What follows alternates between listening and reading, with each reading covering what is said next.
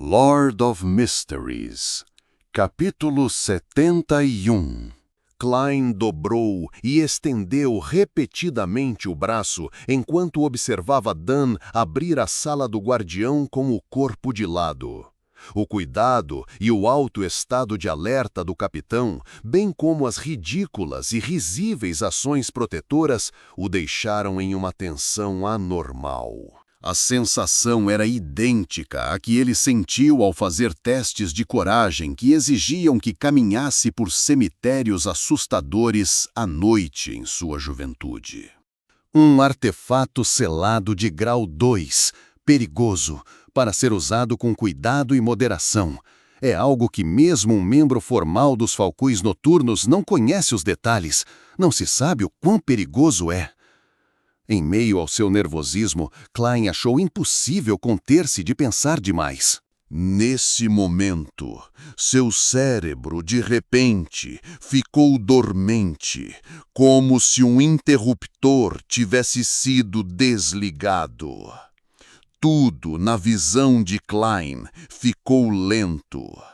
Até as ações de seus braços tiveram o mesmo destino. Ele viu o Capitão Dan parar em seu caminho. Ele se aproximou dele como se estivesse em câmera lenta, estendendo a palma da mão lentamente antes de empurrá-lo no ombro. De repente, os processos de pensamento e visão de Klein foram restaurados ao normal ao mesmo tempo.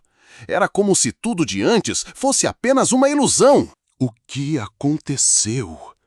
Klein sussurrou em meio ao seu medo e confusão. Dan balançou a cabeça e disse com uma voz profunda: "Observe com atenção." No momento em que terminou a frase, ele se virou e entrou na sala do guardião. Klein seguiu logo atrás e viu outras 4 pessoas na sala. Eles estavam sentados ou em pé. Um deles era o poeta da meia-noite, Leonard. Os outros 3 eram pessoas que Klein nunca conhecera antes. No entanto, todos eles compartilhavam uma característica comum. Eles estavam todos fazendo o exercício de estender e dobrar o braço com a maior seriedade. Klein Moretti tem uma conexão milagrosa com o caderno da família Antígonos. Dan fez uma breve introdução. Então, ele apontou para os outros 3 estranhos e disse: "Essa senhora e senhores são colegas da Diocese de Buckland.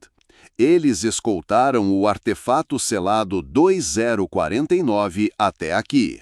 Esta é Madame Lorota, coveira de sequência 8.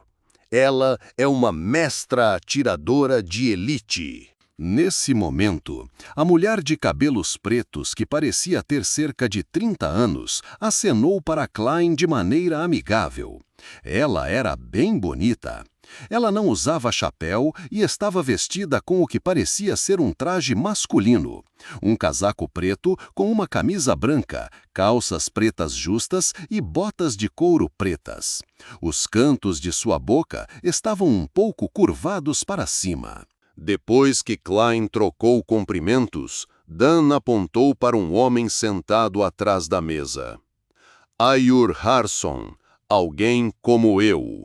Antes de terminar sua frase, Klein viu o Sr. Ayur Harson, em seu blusão cinza, ficar lento com o movimento do braço.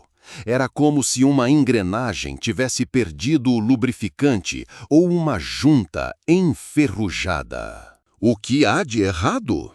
Em meio ao torpor de Klein, ele viu Lorota empurrar Ayur Harson. Só então as ações do cavalheiro voltaram ao normal. Eu fiquei assim antes? Klein foi pego de surpresa antes de chegar à conclusão. Isso indicava os perigos que o artefato selado 2049 continha. O que aconteceria se alguém não fosse acordado a tempo? Ele se tornaria um zumbi? Cheio de perguntas, Klein cumprimentou o charmoso Ayur Harson, de meia-idade. Borgia, disse Dan, enquanto apontava para o último falcão noturno. Borgia era um homem frio, com uma cicatriz de faca na lateral do rosto. Seus penetrantes olhos castanhos eram como os de uma águia. Ele estava sempre observando todos na sala. Vamos partir. Quanto mais rápido acabarmos com isso, mais rápido poderemos selar 2049. O belo Ayur Harson disse enquanto se levantava, com seus olhos revelando algumas rugas. Então, onde está 2049? Klein examinou os arredores com curiosidade, mas não notou nenhum vestígio do artefato selado. Claro, ele não podia ver as áreas obscurecidas pela mesa sem ativar sua visão espiritual. Tudo bem. Dan se virou e olhou para Leonard Mitchell. Você vai se encarregar de dirigir. É melhor não envolver Cesare em assuntos como este. Cesare era o balconista encarregado de adquirir e coletar suprimentos para os falcões noturnos de Tengen enquanto trabalhava como motorista de carruagem. Foi ele quem levou Klein à casa de Welch para conhecer a médium espiritual Daly. Sem problemas. Leonard parou de agir frívolo e assentiu sério. Nesse momento, Klein viu Ayur Harson curvar-se. Ele pegou um baú de metal preto que estava escondido pela mesa. O baú foi esculpido com estrelas resplandecentes e a lua cheia, carmesim. Era como se houvesse uma barreira informe ao redor dele. O artefato selado está aí dentro? Eu me pergunto como é o 2049? Klein observou o baú com curiosidade. Tum! Tum! Tum! Sons violentos de batidas romperam do baú negro de repente. Até a superfície do baú inchou uma e outra vez. Tum! Tum! Tum! Era como se algo horripilante tivesse dentro do baú e latejasse sem controle. O som da batida atingiu os corações de todos os presentes. Está vivo. Assim que teve um pensamento, Klein viu os exercícios de braço do capitão Dan ficando lentos, como se suas juntas estivessem cobertas de cola. Borgia, o falcão noturno de Beckland, empurrou o ombro de Dan, permitindo que ele se recuperasse. Quem é afetado por 2049 faz uma espécie de dança do robô. Se todos nós estivéssemos sob sua influência, não seríamos um esquadrão de dança desajeitado. Por sorte, 2049 parece capaz de influenciar apenas uma pessoa de cada vez. Klein satirizou para relaxar seus nervos tensos. Ele não ousava interromper seus exercícios de braço. Ele seguiu o exemplo de Dan e deixou sua bengala para trás. Ele então foi atrás dos 5 falcões noturnos pelo túnel e subiu as escadas até o 2º andar da companhia de segurança Espinho Negro. Leonard foi em frente e notificou todos na frente dos prédios. Então, Roseanne e o resto foram para o 3º andar. Esses incidentes raramente os envolviam, mas não eram completamente estranhos para eles. Outro falcão noturno, Kenley, substituiu Dan em seu turno no portão Chennis. Klein soltou um suspiro de alívio quando chegou à carruagem. Ele olhou desconfiado pela janela e disse: "O 2049 não afetará as pessoas comuns nas ruas?"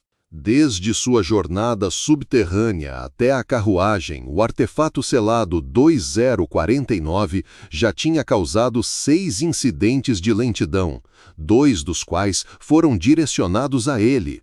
Ele foi acordado pelo capitão Dunn e Leonard Mitchell, respectivamente. A taxa do efeito de lentidão era bastante alarmante. Não se preocupe, 2049 terá como alvo criaturas humanoides a 5 metros dele primeiro. Quanto mais próximo você estiver dele, maior será a chance de você ser escolhido. Enquanto houver 3 pessoas ao seu redor, as pessoas que estiverem por perto quando a carruagem passar não serão afetadas, explicou a bela lorota de cabelos negros com um tom preguiçoso. Que estranho artefato selado! Klein pensou enquanto continuava seus exercícios de braço. Dunn e o resto dos falcões noturnos não conversaram durante a viagem para a casa de Ray Bieber. Eles estavam prestando muita atenção à condição um do outro. Apenas Lorota tinha um olhar indiferente. Às vezes, ela observava as ruas não tão limpas de Tingen e outras vezes elogiava o sistema de água subterrâneo de Beckland. Logo depois, o edifício familiar enfim entrou na linha de visão de Klein. O grupo de 6 fez o seu caminho para o 3º andar enquanto observavam uns aos outros. A porta da casa de Ray Bieber estava marcada com o símbolo do Departamento de Polícia de Tingen, indicando que a entrada era proibida a pessoas não autorizadas. Enquanto fazia seus exercícios de alongamento, Dunn pegou uma chave. Ele abriu a fechadura recém-trocada, então se virou, permitindo que Ayur Harson, que carregava o baú preto, entrasse primeiro. Tum, tum, tum. O artefato selado no baú preto bateu violentamente mais uma vez, ainda mais violento do que antes. Isso fez o braço de Ayur Harson oscilar sem controle de um lado para o outro. Até fez Klein suspeitar que o baú abriria. Tum, tum, tum. Klein percebeu rapidamente que os movimentos do capitão Dunn estavam ficando lentos. Ele estava prestes a acordá-lo quando um zumbido soou em seu cérebro. Seu cérebro ficou entorpecido, as cenas diante de seus olhos passavam como se estivessem em câmera lenta. Eles não disseram que afeta apenas uma pessoa de cada vez. Os pensamentos de Klein logo ficaram preguiçosos. Nesse momento, os preparados Lorota e Borgia acordaram cada um deles, respectivamente, empurrando-os. Tendo seus processos de pensamento e visão restaurados, Klein olhou em volta com medo persistente. Ele deixou escapar. Vocês não disseram que 2049 só pode afetar uma pessoa por vez? Por sorte, não parei meus alongamentos. Quando o artefato selado 2049 entra em seu modo Berserk, ele pode afetar até 2 pessoas ao mesmo tempo. Podemos confirmar que Ray Bieber é de fato um descendente da família Antígonos, disse Ayur Harson com um tom mecânico. Lorota soltou uma risada fraca. Ela olhou para Klein e disse: 2049 fica muito agitado quando encontra um descendente da família Antígonos, mesmo que seja apenas o cheiro. Suas habilidades também aumentam de forma considerável. Eu acredito que você seria capaz de entender seus sentimentos. Bem, eu não. Klein perguntou com curiosidade. Então, é uma criatura viva? Lorota sorriu, mas não respondeu diretamente. Você saberá daqui a pouco. Contanto que Ray Bieber não tenha escapado de Tingen, 2049 nos levará até ele. Klein só pôde colocar suas outras perguntas em espera enquanto caminhava pela sala com os falcões noturnos. Em meio às batidas fortes e violentas do baú, eles trancaram a porta, desceram as escadas e voltaram para a carruagem. Ayur-Harson olhou pela janela várias vezes e confirmou que não havia pedestres em um raio de 5 metros. Ele então colocou o baú preto no chão e girou o interruptor mecânico para liberar suas restrições espirituais. As batidas violentas pararam de repente, deixando toda a carruagem em silêncio. Nem mesmo as respirações dos falcões noturnos podiam ser ouvidas. Klein prendeu a respiração quando o baú negro se abriu lentamente. Um rangido agudo que machucou seus ouvidos pôde ser ouvido. Creak! O baú caiu quando um braço marrom esguio se estendeu para fora dele. Tinha mais ou menos a grossura do dedo de uma criança. 2 braços pressionaram para a frente, um após o outro, enquanto um objeto do tamanho da palma da mão de um ser humano normal aparecia pouco a pouco na frente de Klein e companhia. Tinha articulações claras do cotovelo, dos dedos e do joelho. Coberto com um pano marrom manchado de óleo, seu rosto estava pintado com as cores de um palhaço, vermelho e amarelo.